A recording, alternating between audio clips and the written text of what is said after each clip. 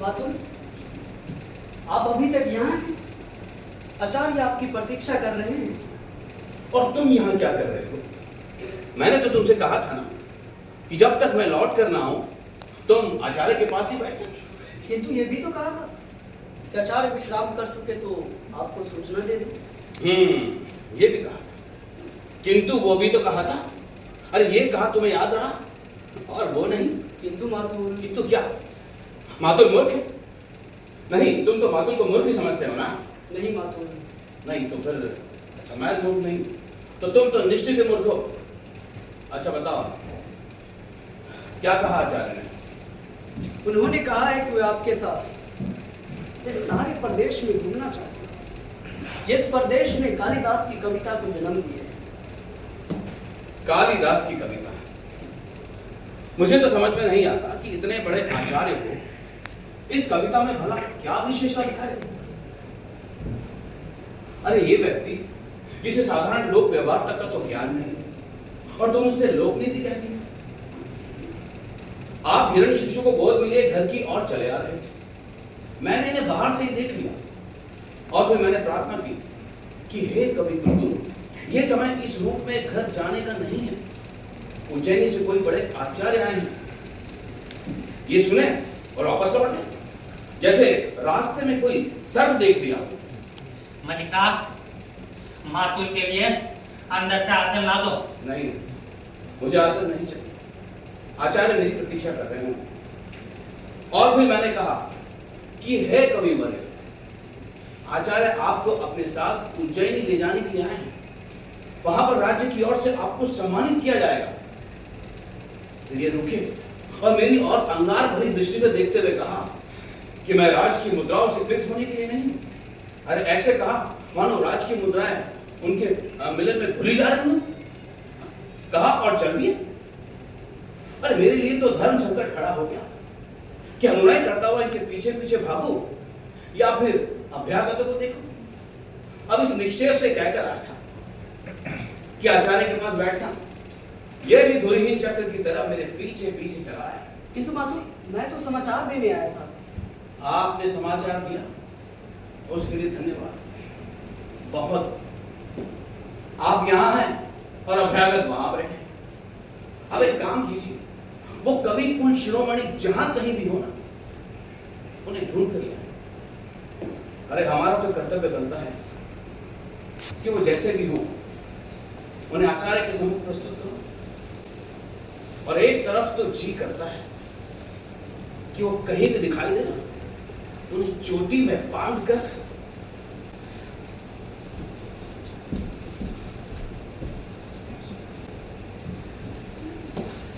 मातुल का तीसरा नेत्र हर समय खुला रहता है। कालिदास इस समय है कहाँ?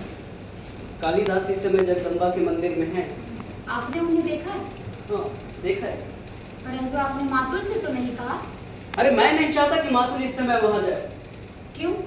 क्या आप भी नहीं चाहते कि कालिदास? मैं चाहता हूँ कालिदास उज्जैनी अवश्य जाए, इसलिए मातुल को उसके पास जाना उचित नहीं समझा।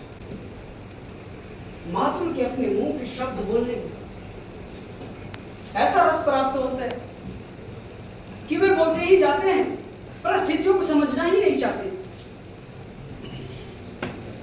और कालिदास हट कर रहे हैं कि जब तक उज्जैनी से आए अतिथि लौट कर नहीं जाते, वे देवी जगदम्बा के मंदिर में ही रहेंगे, घर नहीं जाएंगे। कैसी विचक्षणता है। विचक्षणता? विचक्षणता ही तो है। इसमें विचक्षणता क्या अंबिका? राज्य कवि का सम्मान करना चाहता है। कवि जगदम्बा के मंदिर में उदासीन साधना निरत है। राज्य के प्रतिनिधि कवि की अभ्यर्थना करने के लिए मंदिर जाते हैं। कवि धीरे धीरे आंखें खोलता है। इतना बड़ा नाटक विचक्षणता ही तो है। कालिदास नाटक नहीं कर रहे अंबिका। मुझे विश्वास है कि उन्हें राजकीय सम्मान का मोह नहीं है। वे सचमुच इस पर्वत भूमि को छोड़कर नहीं जाना चाहते। नहीं चाहता। कालिदास या किसी का भी आग्रह उसका हक नहीं छोड़ा सकता। केवल एक व्यक्ति है जिनके अनुरोध से संभव है कि यह हट छोड़ दे। हमारे घर में उसके हट छोड़ने या नहीं छोड़ने से किसी को कोई प्रयोजन नहीं है। वो तो है। कालिदास अपनी भावुकता में भूल रहे हैं, उन्हें इस अवसर का तिरस्कार करके वो बहुत खुश हो गए। अरे योग्यता एक चौथाई व्यक्ति का निर्माण करती है, बाकी की पूर्ति तो प्रतिष्ठा द्वारा ही होती है। कालिदास को राजधानी अवश्य जाना चाहिए। तो इसमें बाधा क्या है? मैंने अनुभव किया है कि उनके हट के मन में कहीं गहरी कटुता की रेखा है। मैं जानती हूँ वो रेखा कहाँ है। कुछ समय पहले ही राजपुरुष से उनका सामना हो चुका है। उस कटुता को केवल तुम ही दूर कर सकती हो मलिका, केवल तुम ही दूर कर सकती हो। अरे अवसर किसी की प्रतीक्षा नहीं करती। कालिदास यहां से नहीं जाते हैं तो राज्य को कोई हानि नहीं होगा। यहां तक कि राज कवि का आसन रिक्त नहीं रहेगा, परंतु कालिदास जो आज है जीवन भर वही रहेगा, एक अस्थानीय कवि। जो लोग आज ऋतु संहार की प्रशंसा कर रहे हैं वो भी उन्हें कुछ ही दिन में भूल जाएंगे। नहीं, उन्हें ये सम्मान का तिरस्कार नहीं करना चाहिए। ये सम्मान उनके व्यक्तित्व का और उनके व्यक्तित्व उनके अधिकार से वंचित नहीं करना चाहिए। चलिए, मैं आपके साथ जगदम्बा के मंदिर में चलती हूँ।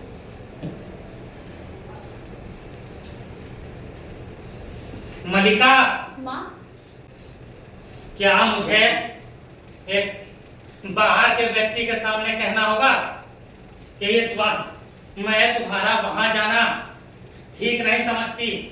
निक्षेप बाहर के व्यक्ति नहीं अंबिका। माँ, यह एक महत्वपूर्ण क्षण है माँ। इस समय मुझे अवश्य जाना चाहिए। आइए निक्षेप। क्षमा चाहता हूँ अंबिका,